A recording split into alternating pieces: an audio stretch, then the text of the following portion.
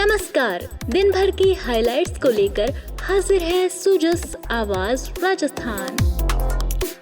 Sujas podcast में मेधा से आप सुन रहे हैं प्रदेश की खास खबरें। नजर सबसे पहले आज की हेडलाइंस पर। मुख्यमंत्री भजनलाल शर्मा ने की लंबित एवं प्रक्रियाधीन भर्तियों की स्थिति के संबंध में समीक्षा बैठक की अध्यक्षता। 5 रोजगार मेलों में अब तक 67,000 से अधिक पदों पर हुई नियुक्तियां। मुख्यमंत्री के नेतृत्व में राज्य सरकार ने प्रदेश में लागू की Rajasthan textile and apparel policy 2025। नीति प्रदेश को आधुनिक टेक्सटाइल और अपैरल विनिर्माण के नए केंद्र के रूप में स्थापित करने में होगी महत्वपूर्ण। और मुख्यमंत्री ने प्रधानमंत्री नरेंद्र मोदी और गृह मंत्री अमित शाह का जताया आभार। कहा, वक्फ संशोधन विधेयक समानता, पारदर्शिता और सुशासन की दिशा में ऐतिहासिक कदम। और अब सुनिए खबरें विस्तार से। मुख्यमंत्री भजनलाल शर्मा ने कल मुख्यमंत्री निवास पर लंबित एवं प्रक्रियाधीन भर्तियों की स्थिति के संबंध में आयोजित समीक्षा बैठक की अध्यक्षता की। इस अवसर पर उन्होंने कहा कि युवाओं को रोजगार देकर उनके सपनों को साकार करना डबल इंजन सरकार की सर्वोच्च प्राथमिकता है। सभी भर्तियों को निष्पक्ष और पारदर्शी रूप से नियत समय में पूरा करने के लिए हम कृत संकल्पित हैं। उन्होंने कहा कि राज्य सरकार 1.25 साल के अल्प कार्यकाल में 5,000 मेलों का आयोजन कर अब तक 67,000 से अधिक पदों पर नियुक्तियां दे चुकी है। भविष्य में हर 3 माह में ऐसे मेलों का आयोजन कर युवाओं को नियुक्ति का तोहफा दिया जाएगा। उन्होंने कहा कि विभिन्न विभागों में 1,88,000 से अधिक पदों पर भर्तियां प्रक्रियाधीन हैं। उन्होंने अधिकारियों को निर्देशित किया कि भर्ती विज्ञापन जारी करने, परीक्षा आयोजित करने, परिणाम घोषित करने और दस्तावेजों की जाँच करने संबंधी सभी प्रक्रियाओं को निर्बाध गति से पूरा करने के लिए अतिरिक्त संसाधन और कार्मिक लगाकर शीघ्र से शीघ्र नियुक्तियां प्रदान की जाएं। श्री शर्मा ने कहा कि राज्य सरकार ने लंबे समय से न्यायालय में लंबित लगभग 9,800 पदों पर भर्ती प्रक्रिया को प्रभावी पैरवी करवाकर आगे बढ़ाया है। उन्होंने अधिकारियों को निर्देश दिए कि न्यायालय में लंबित अन्य भर्ती प्रकरणों का भी विधिवत परीक्षण करवाकर उनका शीघ्र निस्तारण करवाया जाए, जिससे राज्य के युवाओं के रोजगार का इंतजार जल्द से जल्द खत्म हो सके। मुख्यमंत्री ने बैठक में कहा कि विकसित राजस्थान के संकल्प को साकार करने में मानव संसाधन की महत्वपूर्ण भूमिका है। मानव संसाधन की आवश्यकता को पूरा करने के लिए जरूरी है कि सभी विभाग आगामी वर्षों की आवश्यकता और भविष्य में खाली होने वाले पदों को ध्यान में रखकर भर्तियां आयोजित करे। उन्होंने इन भर्तियों को समयबद्ध और पारदर्शी तरीके से पूरा करने के लिए सभी विभागों को मिशन मोड पर कार्य करने के लिए निर्देश दिए। मुख्यमंत्री ने कहा कि स्वस्थ लोकतंत्र में यह आवश्यक है कि जनता का अपने जनप्रतिनिधियों पर विश्वास मजबूत हो। हमारे संकल्प पत्र में की गई सभी घोषणाओं को समयबद्ध रूप से पूरा करने के लिए हम प्रतिबद्ध हैं। बढ़ते हैं आगे। राजस्थान राज्य से होने वाले कुल निर्यात की शीर्ष 5 वस्तुओं में शामिल वस्त्र उद्योग प्रदेश की अर्थव्यवस्था का मजबूत स्तंभ है। प्रदेश में फाइबर से फैशन तक के विजन के साथ मुख्यमंत्री भजनलाल शर्मा के नेतृत्व में राज्य सरकार ने प्रदेश में Rajasthan textile and apparel policy 2025 लागू की है। ये नीति प्रदेश को आधुनिक टेक्सटाइल और अपैरल विनिर्माण के नए केंद्र के रूप में स्थापित करने में महत्वपूर्ण पहल साबित होगी। अमेरिका द्वारा रेसिप्रोकल टैरिफ लागू किए जाने के बाद बदलते वैश्विक परिदृश्य में राजस्थान के वस्त्र निर्यातकों के लिए ये नीति गेम चेंजर भी साबित होने जा रही है। Rajasthan textile and apparel policy 2025 में निर्यातकों को प्रोत्साहित करने के उद्देश्य से प्रदेश में पहली बार गारमेंट मैन्युफैक्चरिंग सेक्टर को भी शामिल किया गया है।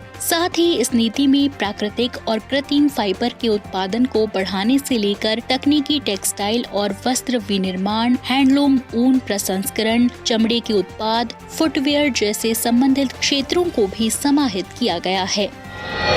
आपको बता दें कि इस नीति में टेक्सटाइल उद्यमियों के लिए कच्चे माल की उपलब्धता, कुशल कार्यबल, पर्यावरणीय चुनौतियों के समाधान और लॉजिस्टिक्स सहित आधुनिक सुविधाओं के विकास और निर्यात प्रोत्साहन के लिए पर्याप्त और आकर्षक वित्तीय इंसेंटिव्स के प्रावधान किए गए हैं। नई राजस्थान टेक्सटाइल और अपैरल पॉलिसी के तहत जहां एक और वस्त्र और परिधान क्षेत्र के उद्योग को प्रोत्साहन देने के लिए 10 वर्षों तक 80 करोड़ रुपए वार्षिक तक एक असेट क्रिएशन इंसेंटिव, भूमि भवन क्रय और लीज पर स्टाम्प ड्यूटी और पंजीकरण शुल्क में 100% छूट, बिजली उपभोग पर 100% इलेक्ट्रिसिटी ड्यूटी छूट प्रदान की जाएगी। वहीं पर्यावरणीय संसाधनों को ध्यान में रखते हुए इस नीति में ग्रीन सॉल्यूशन इंसेंटिव के तहत 12.5 करोड़ रुपए तक 50%, अक्षय ऊर्जा संयंत्रों के लिए बैंकिंग, व्हीलिंग और ट्रांसमिशन शुल्क का 100%, पेटेंट कॉपीराइट लागत का 50% और भूमि रूपांतरण शुल्क का 100% पुनर्भरण के प्रावधान किए गए हैं।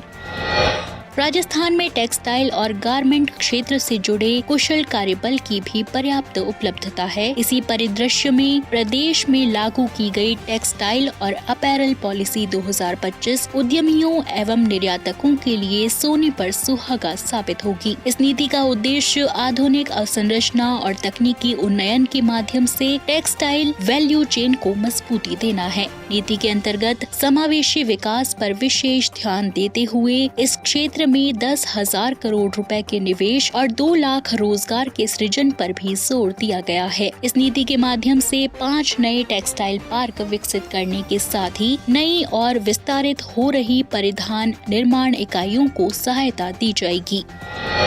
मुख्यमंत्री भजनलाल शर्मा ने वक्फ संशोधन विधेयक 2025 के संसद के दोनों सदनों में बहुमत से पारित होने पर समस्त देशवासियों को हार्दिक बधाई और शुभकामनाएं दी हैं। उन्होंने कहा कि ये विधेयक प्रधानमंत्री नरेंद्र मोदी के सबका साथ, सबका विकास और सबका विश्वास के संकल्प का प्रमाण होने के साथ ही देश में समानता, पारदर्शिता और सुशासन को मजबूत करने की दिशा में एक ऐतिहासिक कदम है। मुख्यमंत्री ने इस अभूतपूर्व विधेयक के लिए प्रधानमंत्री नरेंद्र मोदी और केंद्रीय गृह मंत्री अमित शाह का आभार जताया। मुख्यमंत्री ने कहा कि वक्फ संपत्तियों को लेकर वर्षों से चली आ रही अनियमितताओं और पारदर्शिताओं को समाप्त करने के लिए ये संशोधन आवश्यक था। यह वक्फ प्रशासन में पारदर्शी, जवाबदेही और निष्पक्ष व्यवस्था सुनिश्चित करने के साथ साथ गरीब और जरूरतमंदों को सशक्त भी बनाएगा। उन्होंने कहा कि इससे सभी नागरिकों के अधिकारों की रक्षा होगी और किसी भी प्रकार के अनुचित विशेषाधिकार या भेदभाव को समाप्त किया जा सकेगा।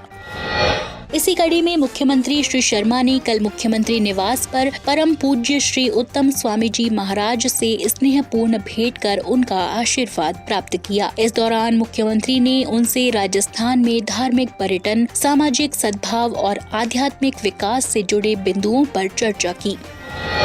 इसी कड़ी में परिवहन विभाग में गत वित्तीय वर्ष के राजस्व लक्ष्य एवं प्राप्त उपलब्धियों की समीक्षा और वित्तीय वर्ष 2025-26 के लक्ष्यों को हासिल करने के उद्देश्य से रणनीति बनाने के लिए सचिवालय में उप मुख्यमंत्री एवं परिवहन मंत्री डॉक्टर प्रेमचंद बैरवा ने संबंधित अधिकारियों की समीक्षा बैठक ली। उप मुख्यमंत्री ने बैठक में ATS, ADTT और DTC की स्थापना और क्रियान्वयन के संबंध में विस्तृत दिशा निर्देश प्रदान किए। उन्होंने सड़क सुरक्षा के अंतर्गत महत्वपूर्ण मुद्दों पर गहन विचार विमर्श किया, जिससे अब तक हुई सड़क दुर्घटनाओं के कारणों का विश्लेषण करते हुए उनकी रोकथाम के लिए उचित और प्रभावी दिशा निर्देश जारी किए। इस अवसर पर यातायात नियमों के प्रभावी क्रियान्वयन और जन जागरूकता अभियानों को और अधिक सुदृढ़ बनाने पर विशेष बल दिया गया।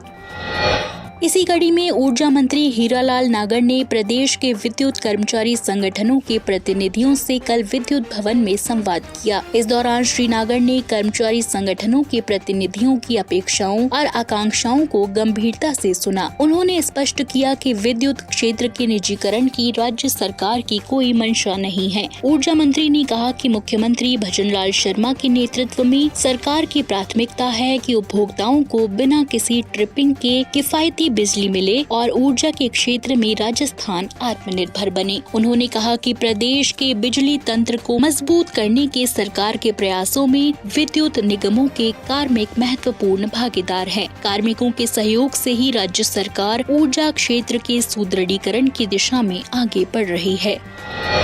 तो आज के सुजस पॉडकास्ट में इतना ही। मेधा को दीजिए इजाजत। कल फिर होगी आपसे मुलाकात। तब तक के लिए नमस्कार।